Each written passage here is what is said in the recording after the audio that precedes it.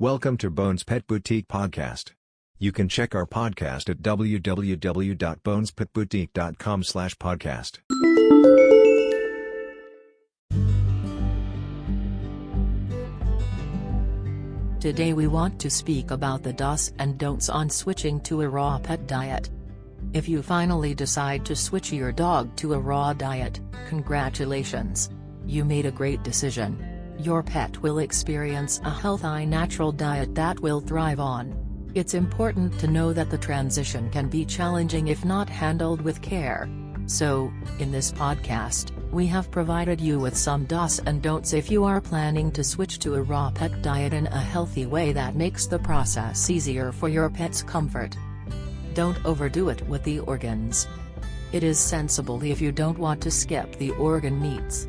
They are significant because they are full of nutrients that cannot be found in muscle meat.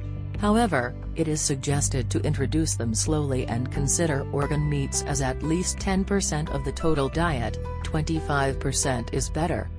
Some organ meats such as liver can cause some pretty nasty loose stools in puppies who have never experienced them before. If your puppy is new to raw food, you should wait till you see a good 2 or more weeks with solid stools before introducing organ meats to your puppy. Then you can add them in gradually instead of feeding one big meal of liver. Don't forget the supplements. Even if you're feeding natural and organic meats full of nutrients, your puppy will benefit from some supplement intake. Here are some supplements that are better to be added to your puppy's diet.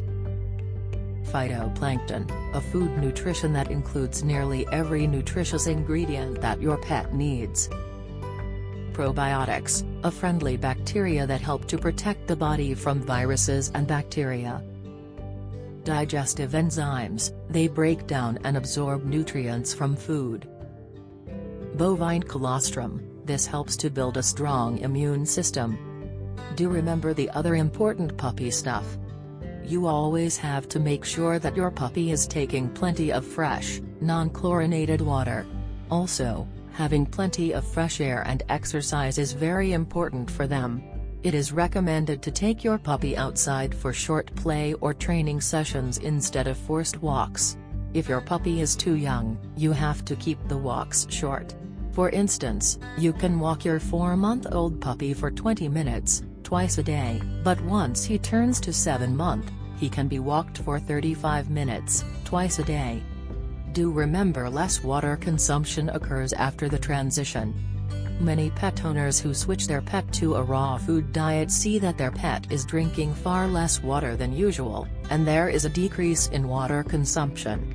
They become concerned, but this is normal because your pet is now just getting some of their required hydration from their new raw diet. Raw food diets have a lot higher moisture and water content than kibble. Therefore, your dog is not only eating a healthy balanced diet but also is hydrating himself at the same time. It is just better to continue making fresh water available at all times during the day.